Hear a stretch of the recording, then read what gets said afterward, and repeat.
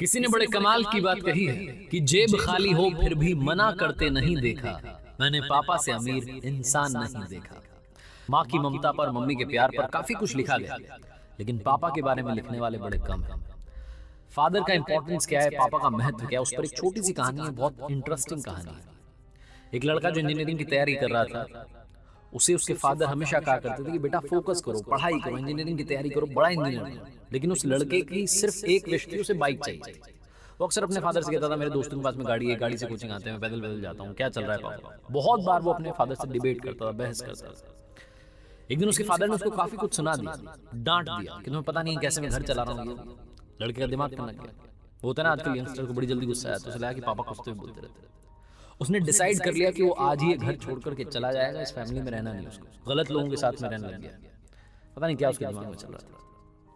उसके फादर बाहर गए थे मार्केट, मम्मी भी साथ में गई हुई थी। लड़का अकेला था, उसके दिमाग में सब चल रहा था। उसने डिसाइड किया बाहर चलते हैं, छोड़ देते हैं।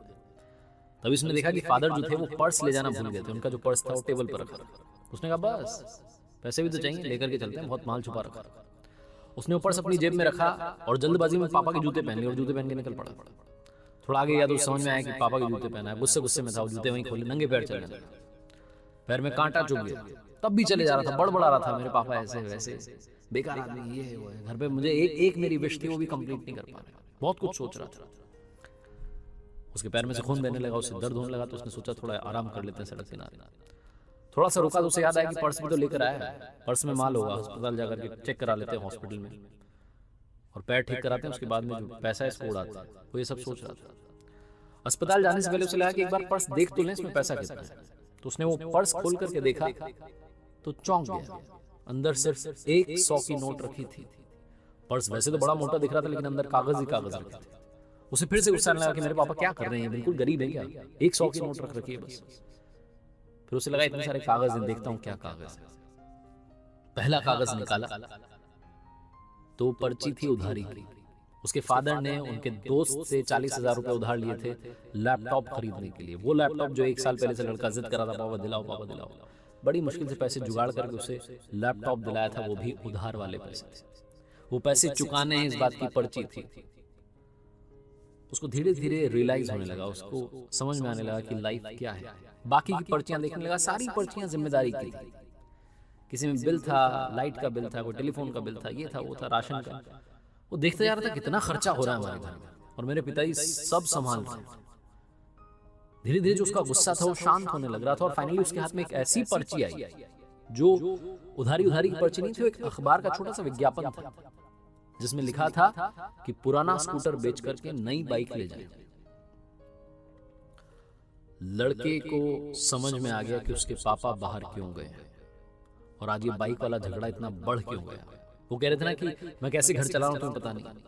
उस लड़के को याद आने लगा कि उसके पिताजी वो जो पुराना स्कूटर है जिससे वो उसे स्कूल छोड़ने के लिए जाते थे, ट्यूशन छोड़ने के लिए जाते थे, जिसके साथ बहुत सारी यादें जुड़ी हैं, वो इकलौता स्कूटर जो घर की सारी जरूरतें पूरी करता है, उसे शायद बेचने के लिए गए ताकि मेरे लिए बाइक खरीद सकें। उसकी आंखों से आंसू बहने लगे।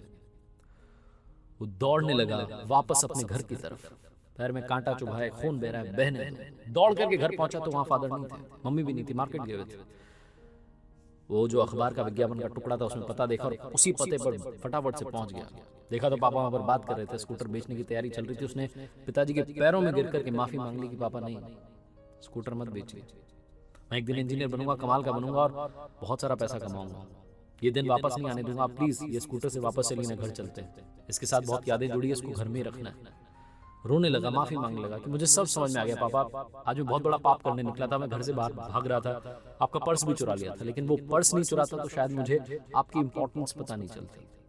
छोटी सी कहानी, लेकिन यही सिखाती है लाइफ में। बस ये याद रखिएगा कि इस दुनिया में सबसे अमीर इंसान कौन है। जेब खाली हो फिर भी मना करते नहीं देखा, मैंने पापा से अमीर इंसान नहीं देखा। हमारे माँ बाप जो होते हैं उनकी आंखों में सिर्फ 2 बार आंसू आते हैं। पहला लड़की घर छोड़े तब, और दूसरा लड़का मुंह मोड़े तब।